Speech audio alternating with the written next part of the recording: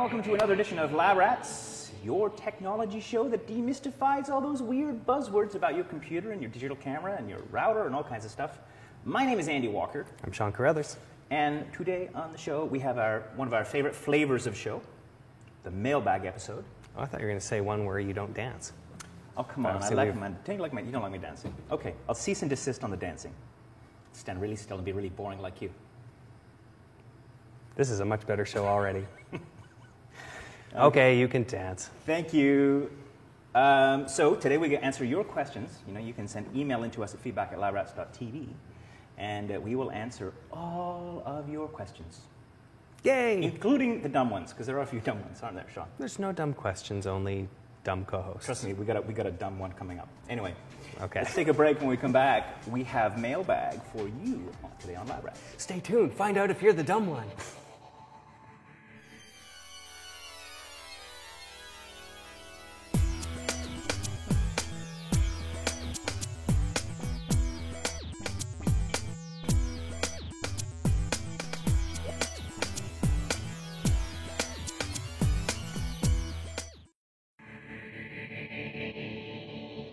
So you must know during the break, Sean always tells me off if I say something in the open that he doesn't like. So. Well, why would you want to insult the viewers? Call them dumb. Not all of them, just one of them. This one. Anyway, so there is one dumb question, and Sean disagrees with me, but we'll get to it in a minute. So first, let's get into it. All right. That's you. I got the first one. All right. So this one is from Frank from Points Unknown. Yes. And Frank wants to know, he says, I have installed Windows Vista on computer and is using Firefox 3 as his browser. After a while, it crashes when he closes it out. He tried getting an older version but didn't find it. And after a long search, came across an article that said Microsoft and Firefox, especially with Vista OS, don't work together. So he found and installed Google Chrome, and it seems to be working fine. So can you, Andy Walker, or me, come up with a solution to this issue? And I'm counting on you, Andy, because you know this more than I do. Yes. He'd like to use Firefox with Vista. He likes the browser very much. So what can Frank do about this? Well, first of all, it's Firefox browser, right? It's an alternate browser to Internet Explorer, which is, of course, the standard browser that comes with Windows XP, Windows Vista, all the Windows versions.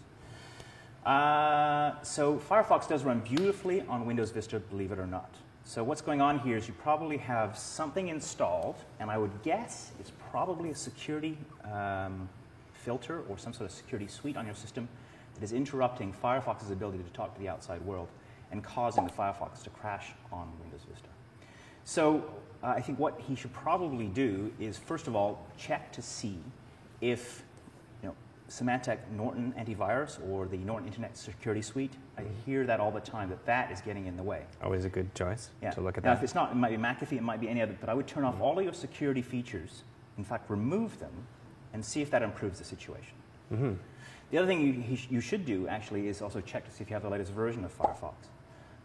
And one final tip is to install it in safe mode. So remove the Firefox.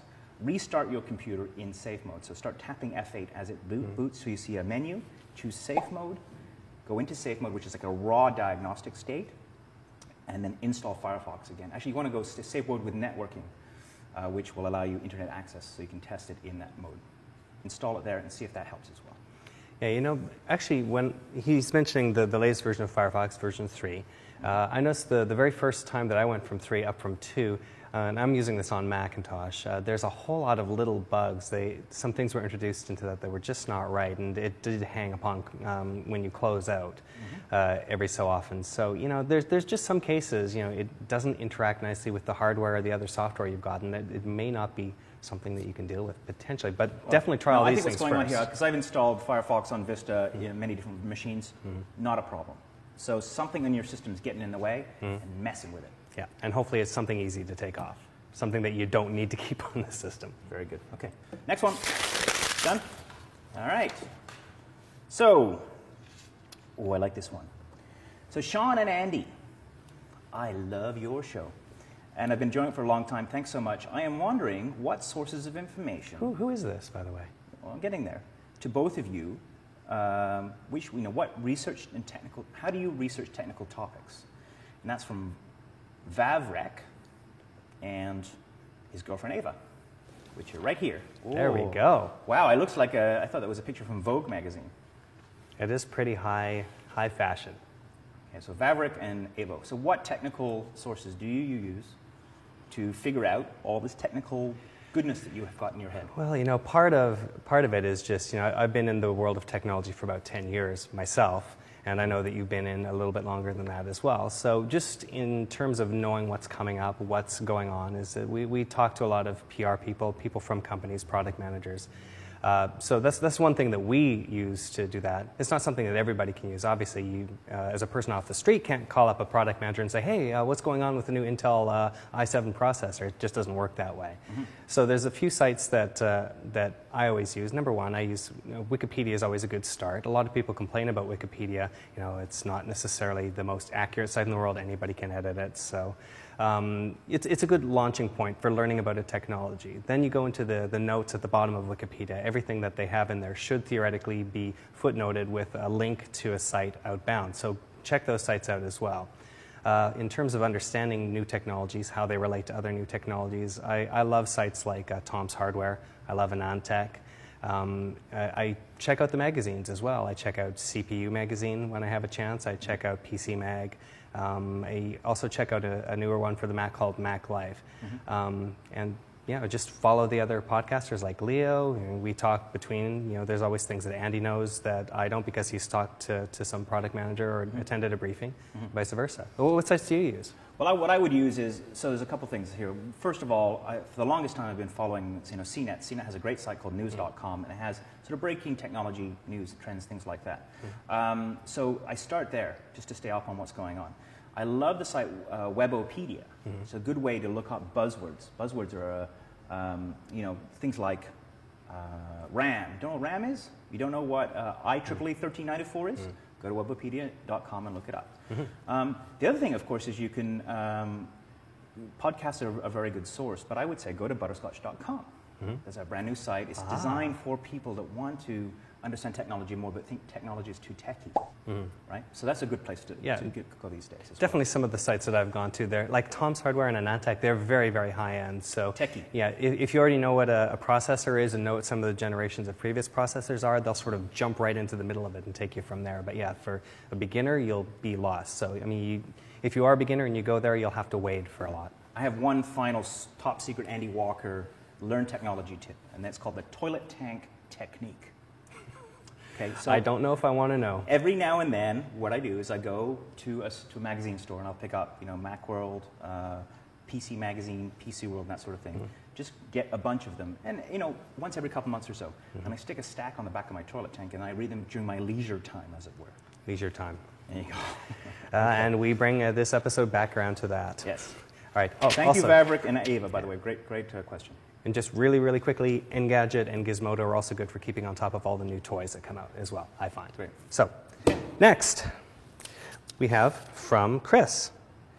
And Chris wants to know, he says, I have a Windows XP laptop that's not fit to upgrade. If I get a Windows Vista laptop, will my hard drive fit inside? Because it has taken a long time to get what I have now. So he's installed a bunch of stuff. He doesn't want to lose it by going to a new notebook. So what are his solutions? So you got me get this straight. He wants to take his old hard drive and put it into a new laptop? Yes, that's the thought. Don't do it. That's as simple as that, right? Why would you put old hardware into a new system because it's faster and you want to install Windows Vista? All you want to do is you want to get a technology to copy across all your personal files, right? From the old machine to the new machine and install it. It's always good to, especially with Vista, right? What I discovered when I was writing my book about Vista is that Vista loves to be on a brand new machine, unmolested with no old technology. Right? So it'll work fine. You hear about all these complaints. The complaints come from people trying to install it on old technology with old printers and that sort of thing. So I would say do not take your old technology and put it into a new Vista machine. Basically what you want to do is you want to install it, you want to get a fresh machine with a fresh Vista installed and then move your files across. There's also, of course, the whole issue of the fact that you've got this notebook that's maybe 2-3 years old. You've probably got a really small hard drive on it. That's right. And, putting that into this new Vista machine, which takes a ton of space, you're going to lose all that space. You may not have that much space to begin with. Right. Now, if you want to take that laptop drive out of your old machine, you can copy that information, your data, your documents, all of that stuff, and you can actually pull your drive out, use this thing I've got from Newer Technology.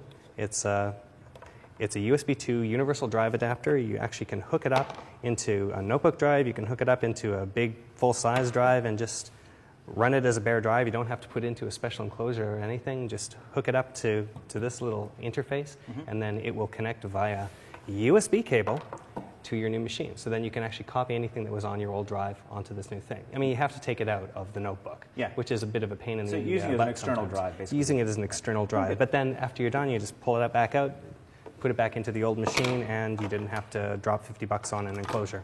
Very good. Okay. All right. Next question is Flourish there from Lydia John.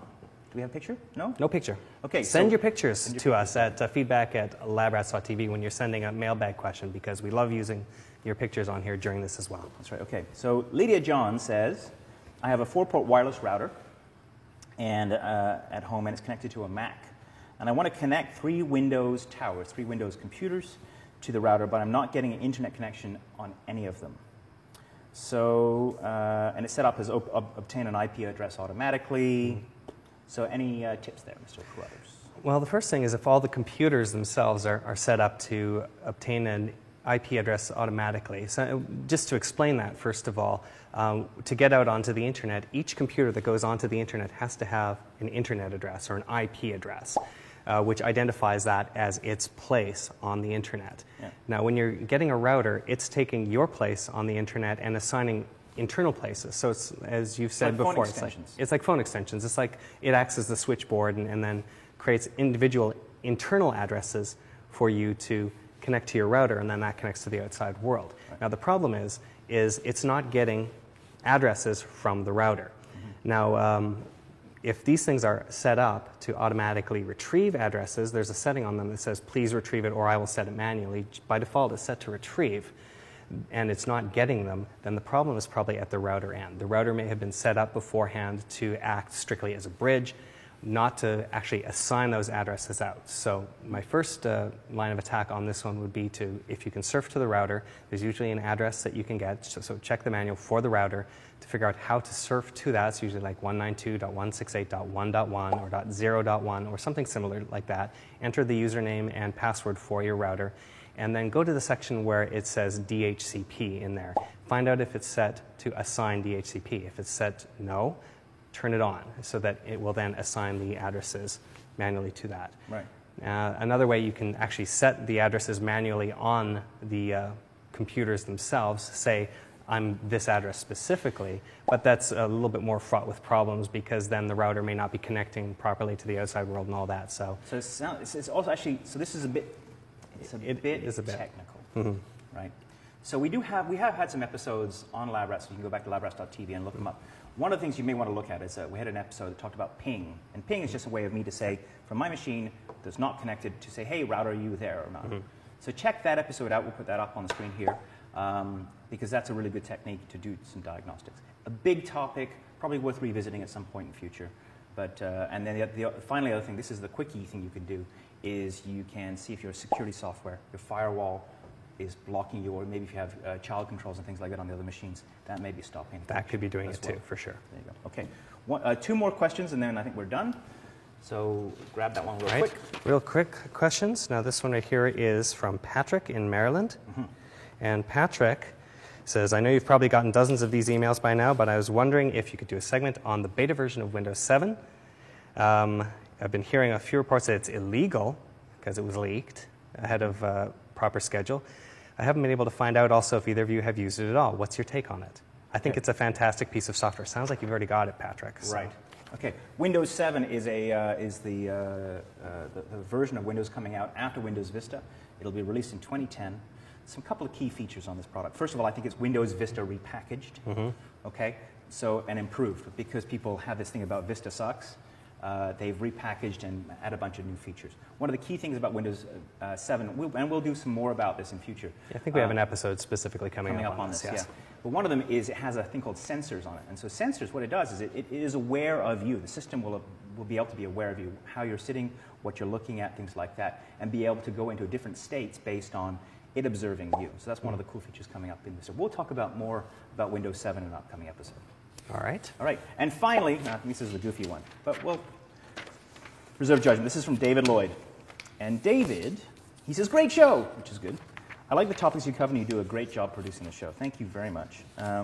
The best part is you're able to do a show every week, and you haven't, I like this word, pod-faded. And I guess pod-faded is I love that word too, yeah. About, people that start out strong with their podcasts and then go, oh, I'm getting bored of this, and then they stop. Yeah, either that or they realize that they don't have the time for it or whatever. There's a lot of reasons for it.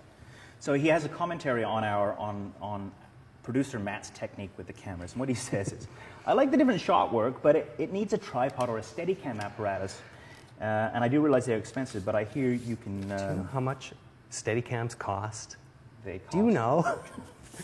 A proper Steadicam is about $12,000, at least. Right. So, but Can I have one? No. You cannot have one, Matt. I'm sorry. But he says, I think I'm going to order in some Dramamine.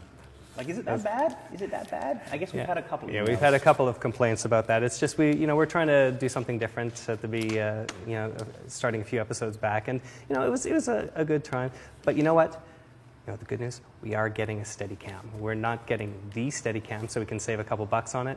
And Matt's going to be a whole lot happier because he doesn't have to sit there with the camera on his arm the entire time as well. Good. What's that called? The one that we've got coming is called a GlideCam, and we'll show it to you in an upcoming episode. All right, very good. All right, fabulous. Well, that was our dumb question of the week. It was only dumb because he said, I think I might be ordering some Dramamine. Yeah, that wasn't so dumb. Dramamine might be a good idea sometimes. Okay, well, let's take a break. When we come back, we've got, what do we got coming up? We've got Miss Download, we got Picture Time, we've got all kinds of fun stuff. We have all of that all right. and more. All right, well, stay with us when we come back. Miss Download.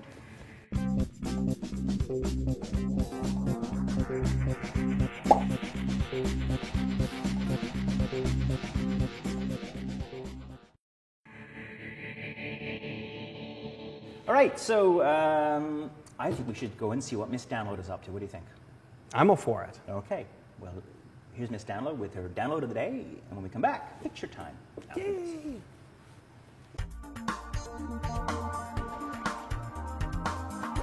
Hello and welcome to Miss Download. I am Cheryl Poirier. So I found another cool little thing that you can add to your mechanic box for your PC. It is called UniBlue Driver Scanner. And in true UniBlue fashion, it does everything for you without that bothersome technical garble, which I don't like.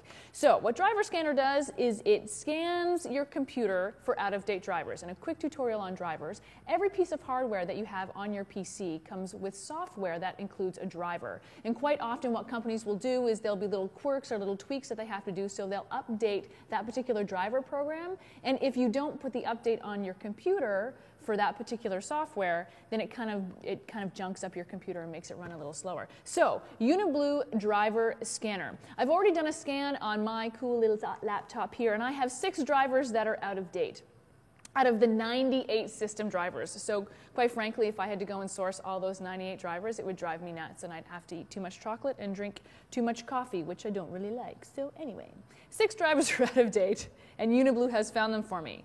So that's what, after you do the scan, this is the page that will come up. Attention, 6 out-of-date drivers found, and it's nice and red, so it really grabs your attention. And then all you have to do is click on Download All. Now, I've already done this. So you just click on Download All, and it will download all the new driver information for you without you even having to worry. Now, it does take some time, so you might want to do this while you're doing something else, like making a cup of tea or having a muffin or watching a movie, some sci-fi, whatever you want to do. Once it's done, it will make your computer run faster. And that was something that I was really concerned about, because UniBlue claims that Driver Scanner will make your computer actually run faster. And I wasn't so sure about that, because a lot of people make that claim. But it did. I did this on my PC at home, and it actually did make my PC run faster, which gives it the thumbs up for running your PC faster. So UniBlue Driver Scanner, you can find it at 2cows.com, and you can find me, Cheryl Poirier, /Miss Download at butterscotch.com. Thanks for watching.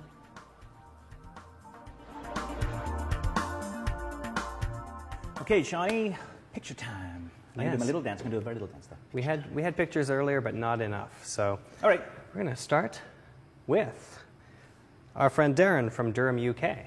Ah, and he is currently in Turkey. And he says he's waiting for a sandwich. And he doesn't say whether or not it's a turkey sandwich, but he's waiting for a sandwich. All right, I can't touch that. Go on. Ding, Next one. ding, ding. Next picture is we've asked for pictures of people's computer setups. Yeah. And our good friend Andy from Thamesmead in the UK, who we've seen before on the show, Yes. sent us this picture of his computer and his UMPC, which is just right up front. Is that an EPC? I don't know. Don't Looks know. like it might be. Okay, cool. Hard to say. Well, thank you for sending in your pictures of your technology. We love to see them. We love to see pictures of you and your pets and your wives and your kids and your places you live and your technology and all kinds of stuff like that. And you can send pictures to... There's no such thing as a dumb picture or a dumb question at labrats.tv. Or... Feedback at labrats.tv. feedback@labrats.tv. Okay. Thank you for tuning in this week. Thank you for pushing play. We love you. My name is Andy Walker. I'm Sean Carruthers. We'll see you next time. Are you ready?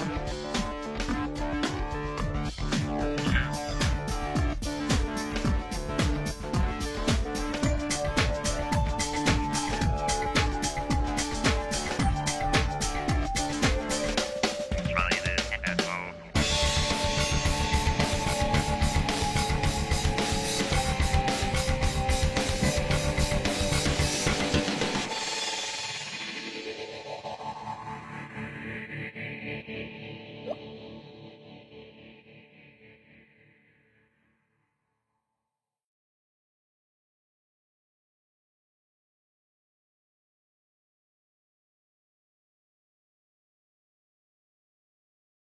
Stay tuned. Find out if you're the dumb one.